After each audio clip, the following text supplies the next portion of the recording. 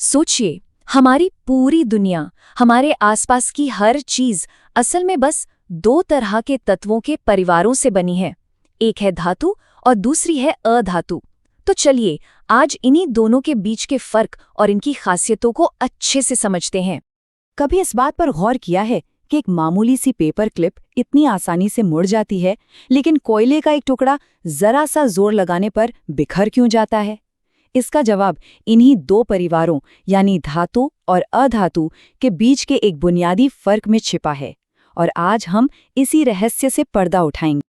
तो हमारा आज का सफर कैसा रहेगा? सबसे पहले हम देखेंगे कि ये बाहर से कैसे दिखते हैं, इनके भौतिक गुण क्या हैं। फिर हम थोड़ा और गहरा उतरेंगे और इनकी केमिकल पर्सनालिटी को समझेंगे। इसके बाद हम जानेंगे कि इन्हें धरती से कैसे निकाला जाता है और आखिर में देखेंगे कि कैसे हम इन्हें मिलाकर और भी बेहतर चीजें यानी मिश्र धातुएं बना सकते हैं। तो चलिए शुरू करते हैं पहले पड़ाव से, इनके भौतिक गुण। मतलब हम सिर्फ देखकर या छूकर ही इन दोनों में फर्क कैसे पहचान सकते हैं? सबसे पहली और साफ दिखने वाली चीज है चमक। ज्यादातर धातुएं जब अपने शुद्ध रूप में होती हैं तो उनकी सतह पर एक खास तरह की चमक होती है। इसे धात्विक चमक या मेटालिक लस्टर कहते हैं। वहीं दूसरी तरफ अधातुएं आमतौर पर बिल्कुल चमकहीन होती हैं, एकदम डल। अब आता है एक और बड़ा फर्क। धातुओं को हथौड़े से पीट कर पतली चादरों में बदला जा सकता है। इस गुण को कहते हैं आघात वर्धनीयता। सोना और चांदी तो इस मामले में माहिर हैं, लेकिन अधातुओं के साथ ऐसा करके देखिए, जरा सा दबाव पड़ते ही वो टूटकर बिखर जाएंगी, क्योंकि वो भंगुर होती हैं, ब्रिटल। और इसी से जुड़ा एक और गुण है तन्यता। इसका मतलब है धातुओं को खींचकर पतले पतले तार बनाए जा सकते हैं। और पता है सबसे हैरान करने वाली बात क्या है? सिर्फ 1 ग्राम सोने से करीब 2 किलोमीटर लंबा तार खींचा जा सकता है, जबकि अधातुओं के साथ ऐसा करना नामुमकिन है। अच्छा, हमारे खाना पकाने के बर्तन या बिजली के तार, ये सब धातु के क्यों होते हैं? क्योंकि धातुएं गर्मी और बिजली दोनों की ही बहुत अच्छी सुचालक होती हैं। चांदी और तांबा तो इसके सबसे अच्छे उदाहरण हैं। वहीं दूसरी तरफ अधातुएं कुचालक होती हैं, यानी वो गर्मी या बिजली को अपने अंदर से गुजरने नहीं देती। लेकिन रुकिए, विज्ञान की दुनिया में कुछ रूल ब्रेकर्स भी होते हैं। जैसे पारा है तो धातु, पर कमरे के तापमान पर तरल होता है। गैलियम और सीजियम जैसी धातुएं तो हथेली की गर्मी से ही पिघल जाती हैं। आयोडीन एक अधातु है, पर उसमें धातुओं जैसी चमक होती है। और ग्रेफाइट, जो कार्बन का ही रूप है, अधातु होकर भी बिजली का सुचालक है। तो अब तक तो हमने बस बाहर से देखा। चलिए अब थोड़ा और गहरा उतरते हैं और इनकी केमिकल बर्ताव को समझते हैं। यहीं पर हमें इन तत्वों की असली पर्सनैलिटी का पता चलेगा। पता है, हर एलिमेंट का एक ही सपना होता है, स्थिर होना। किसी भी केमिकल रिएक्शन में हर तत्व बस यही चाहता है कि उसका बाहरी इलेक्ट्रॉन शेल पूरी तरह से भर जाए, ठीक नोबल गैसों की तरह, जो बहुत स्टेबल होती हैं। और इसी सपने को पूरा करने के चक्कर में बनता है आयोनिक बंध। ये एक तरह का लेन देन का रिश्ता है। धातुएं अपने बाहरी इलेक्ट्रॉन आसानी से दे देती हैं और अधातुएं उन्हें ले लेती हैं। इलेक्ट्रॉन देने वाला पॉजिटिव चार्ज हो जाता है, लेने वाला नेगेटिव, और बस ये ऑपोजिट चार्ज एक दूसरे को कसकर पकड़ लेते हैं। इसका सबसे बढ़िया उदाहरण है हमारे किचन में रखा साधारण नमक यानी सोडियम क्लोराइड। इसमें सोडियम, जो एक धातु है, अपना एक फालतू इलेक्ट्रॉन क्लोरीन को दे देता है। क्लोरीन, जो एक अधातु है, उसी एक इलेक्ट्रॉन को लेकर अपना शेल पूरा कर लेता है। एक ने दिया, एक ने लिया, और बस बन गया नमक।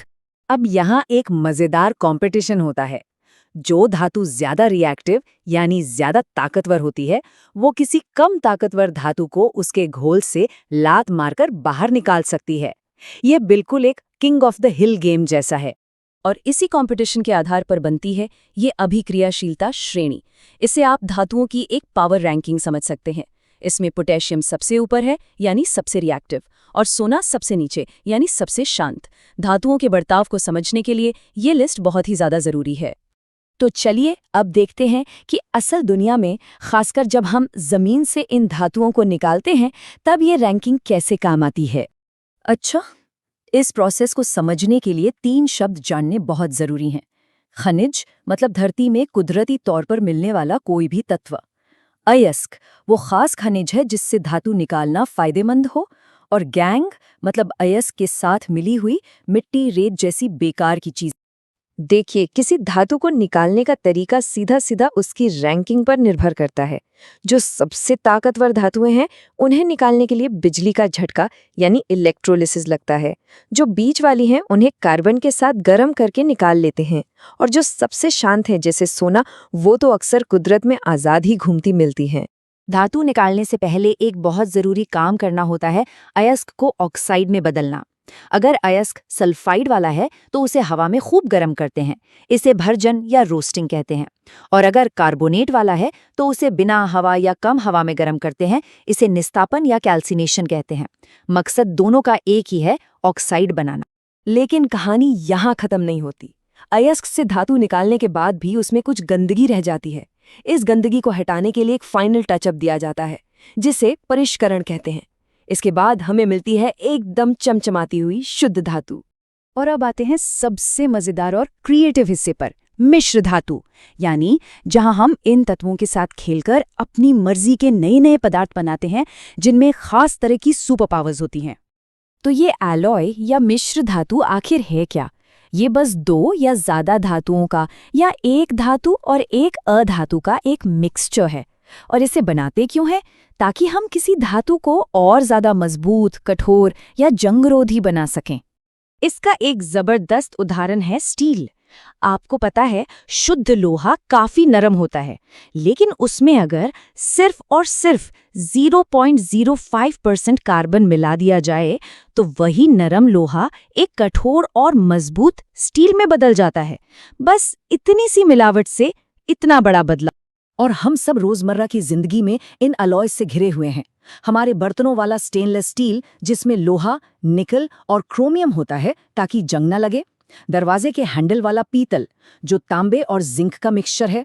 और तारों को जोड़ने वाला सोल्डर, जो सीसे और टिन से बनता है और बहुत कम तापमान पर पिघल जाता है।